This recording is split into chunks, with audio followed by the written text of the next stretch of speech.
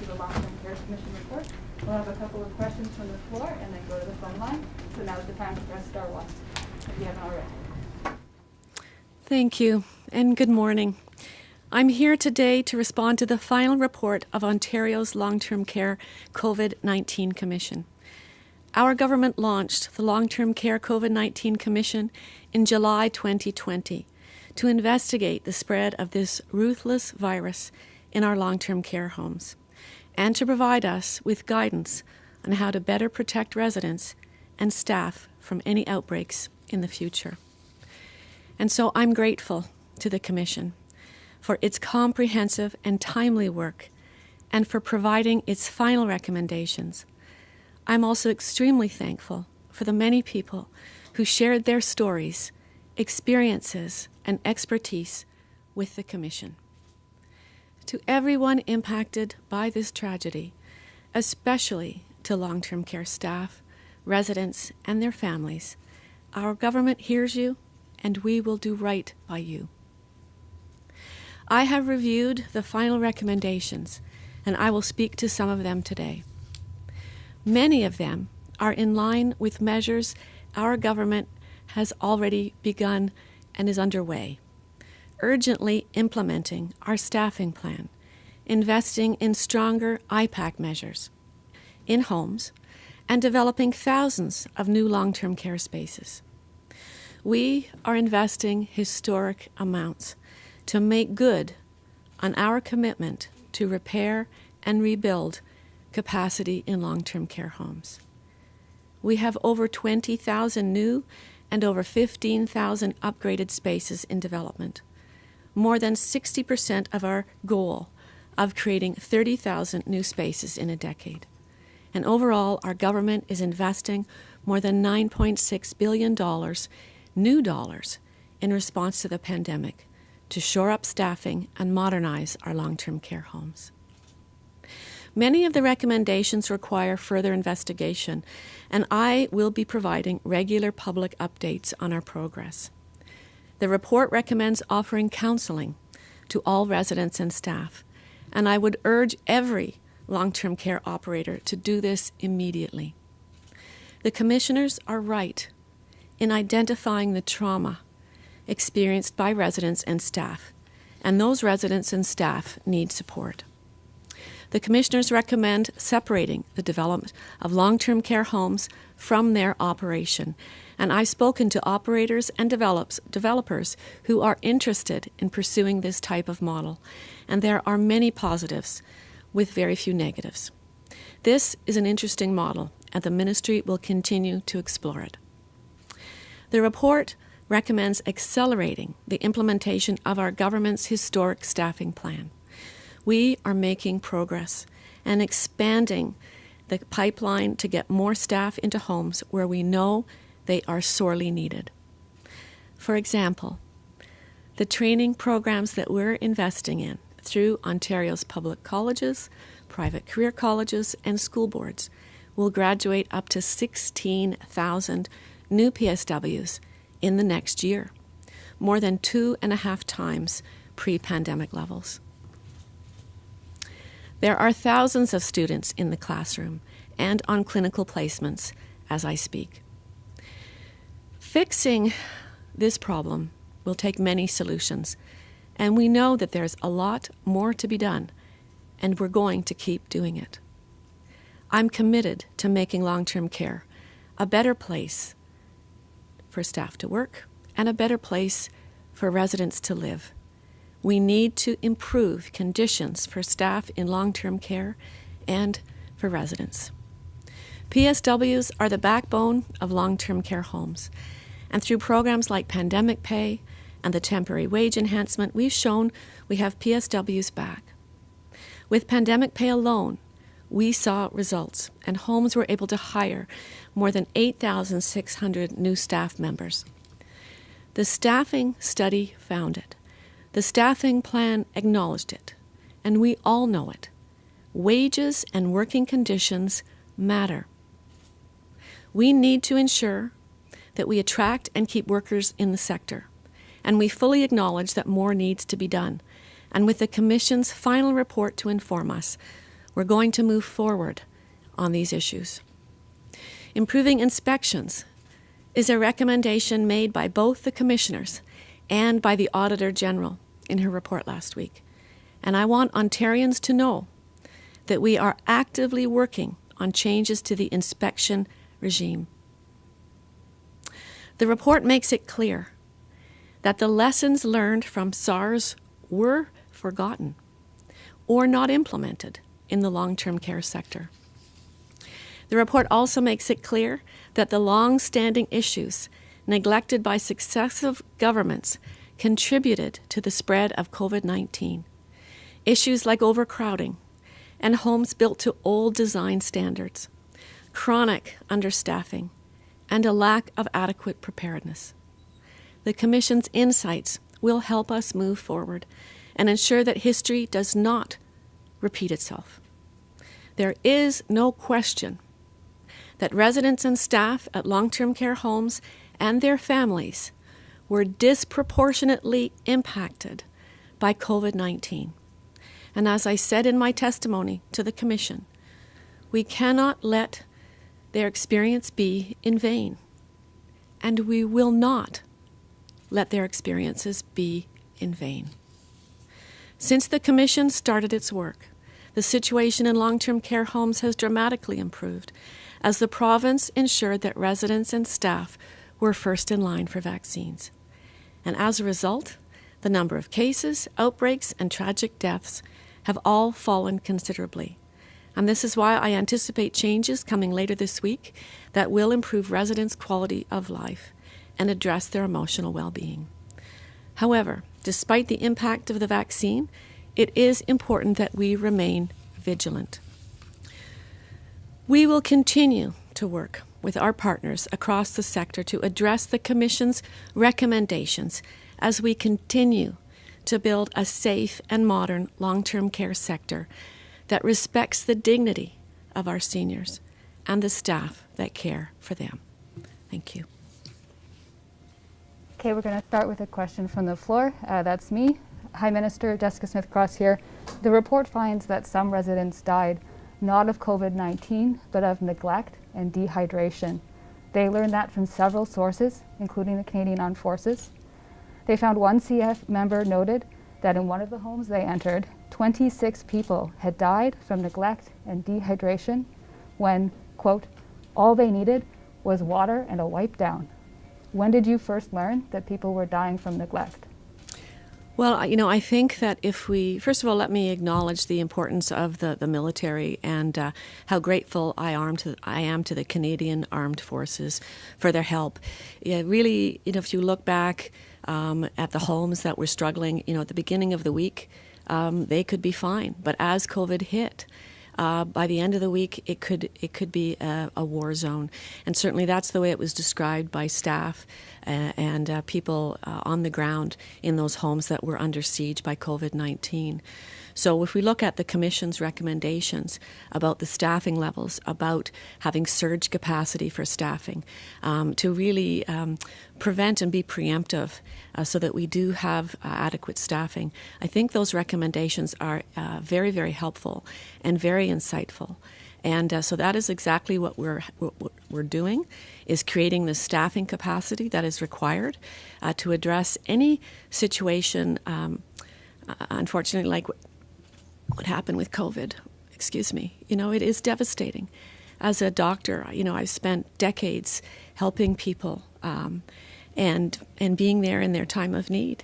And so, this virus, it has been collectively devastating, including for residents and staff and family members and everyone who's been working around the clock to alleviate the pressures on long-term care. But we have to move forward. We have to move forward. And I came to politics because of long-term care, the neglect of this sector, and I came to fix it. Our government is fixing it. And we will move forward, understanding the insights and the recommendations from the Commission. And I'm very, very grateful to the Commission for this work. My follow-up question, I will just first point out you didn't answer the question. When did you learn that residents were dying of neglect? And to combine with my follow-up, since I only get one, You said in the fall that the first wave of COVID was comparable to a bad flu year in terms of the number of deaths in long-term care. Do you regret that statement now, given the horrors described in this report, including the deaths from neglect and dehydration? Well, I appreciate the opportunity to clarify that. I never did compare COVID-19 to the flu. That was not a comparison. What I was suggesting at the time is, we have to improve long-term care. Deaths in long-term care due to infections and outbreaks have been going on for many years, and I certainly would have to refute that statement. As I said, I've come to long-term care with compassion and, not only bringing years of experience behind me, but also a passion for this area. I've gone through it personally with family members, including one of my parents. So I think we should all collectively want to make this better, and why it's taken a pandemic to reach this point, I can't quite understand. So I know I'm fixing this problem. Our government is fixing this problem, and my heart goes out to everyone who's been impacted. This was a war in our long-term care homes, and our long-term care homes were on the front line. So collectively, we can all make a difference, and people's lives must not have been lost in vain. This must be the tipping point, and why it took so long. Years. So we have to move forward, and looking at our capacity building, looking at the staffing, looking at the infection prevention and control measures, looking at the well-being, the emotional well-being and the psychological well-being of seniors in long-term care. All of these things need to be addressed, and that's exactly what we're going to do. Over to the phone lines. Your next question comes from Mike Crawley with CBC News. Please go ahead. Prime Minister, can you hear me? Yes, I can. Minister, given the specific comments in the Long-Term Care Commission's report about the speed of the government's response in the first wave, what do you wish you had done differently back in February, March, April of last year? Well, I think the government measures and processes, we were trying to move fast for government, and COVID-19 was moving faster. And I think lessons learned from the first wave applied into the second wave in terms of our improvement in staffing, the 8,600 plus the hires into long-term care over that time were very, very helpful. But that was not enough. Obviously, the second wave was very much about community spread. The magnitude and the duration of wave 2 was just so much greater. And our ability to keep up with that in terms of government speed, obviously it needs to be addressed over time, and what processes that we can put in place to have government move faster. But it really is. It's about integrating all the various partners: Public Health Ontario, Ontario Health, the local health integration networks, the advice from the various tables, the various ministries involved. All of that level of coordination takes time. And it just wasn't a match for the speed of COVID-19, and so we have to understand our processes. I think that there are many, many lessons learned from Wave 1, lessons learned from Wave 2, and there'll be lessons learned from Wave 3.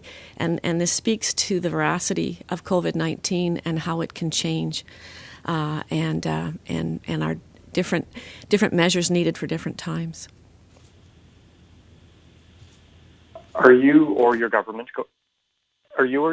going to apologize to people for what happened in long-term care?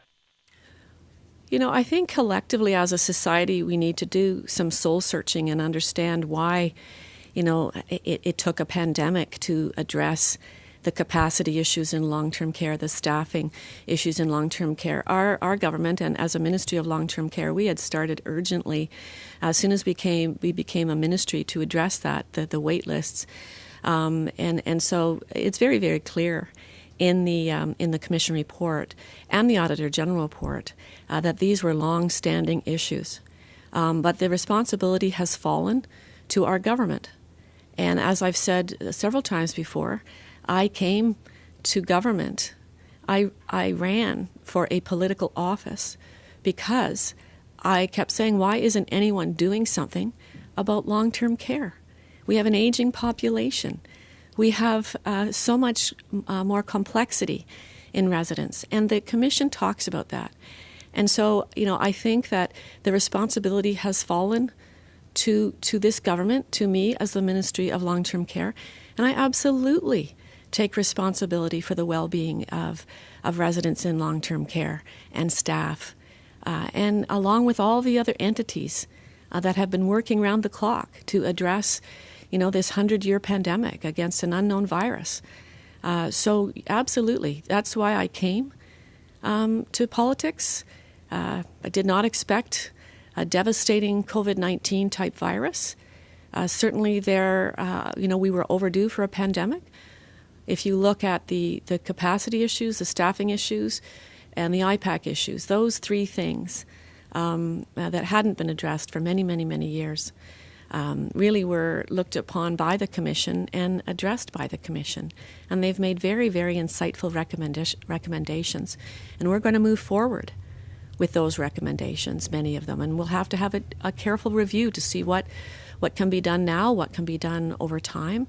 But clearly the staffing, and if we look at the staffing alone, many of these things, go back to the inadequate staffing that was a crisis for many years.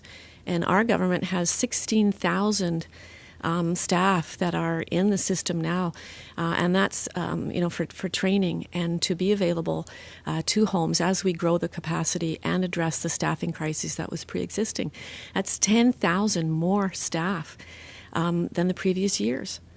So this is unprecedented in terms of our response, and historic investments that have never been made in the history of this sector. So I look back and I say, why did it take so long? So many years went by and without addressing long-term care when we knew there was an aging population. And our government is addressing it. Our government is taking responsibility. It's our government that has a plan for this after so many years of neglect by previous governments. Why didn't they do anything? I can't answer for them. Your next question comes from Rob Ferguson with the Toronto Star. Please go ahead. Hi, Minister. You've talked about making wages or making working conditions better. So when can people in working in long-term care expect better wages? Well, that's part of the recommendations by the Commissioner. They talk about, leveling the playing field. Those are my words, not theirs, but that's paraphrasing. Looking at the parity amongst the different levels of healthcare and understanding how we balance that. The healthcare system, including long-term care, is a complex system. And if you touch one area, something else can happen in another area, and you don't necessarily recognize it at the time. So we have to be very thoughtful about how we approach this. But we began already with the pandemic pay, the temporary wage enhancement, which we've brought up to date again and extended that.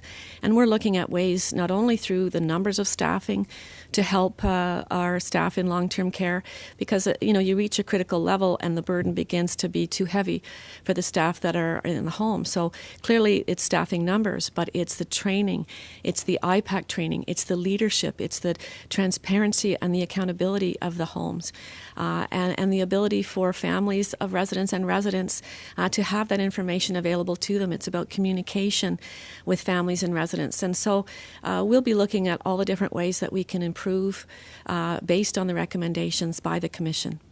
Last question. So I didn't really hear an answer there. So what do you want people who work in long-term care and are thinking of getting out, leaving the system in further crisis? What kind of message are you sending them with an answer like that? You didn't answer the question. Well, you know, I would disagree with you. I reiterated what we've done through this process, that we're taking the recommendations by the Commission in terms of the parity and leveling the field.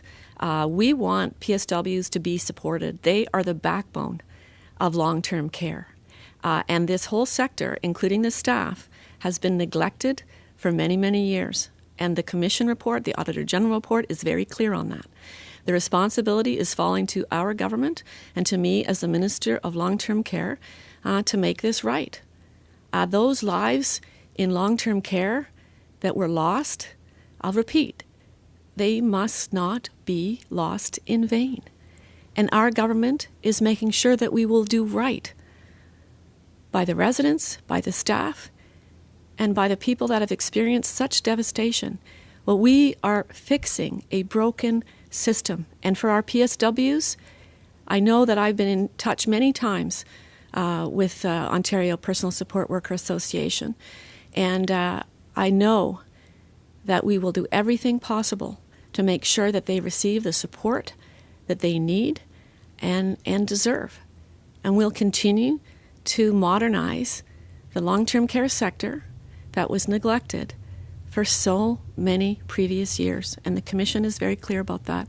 And again, I want to say I'm grateful to the Commission for what they have provided as a guide, and we will move forward.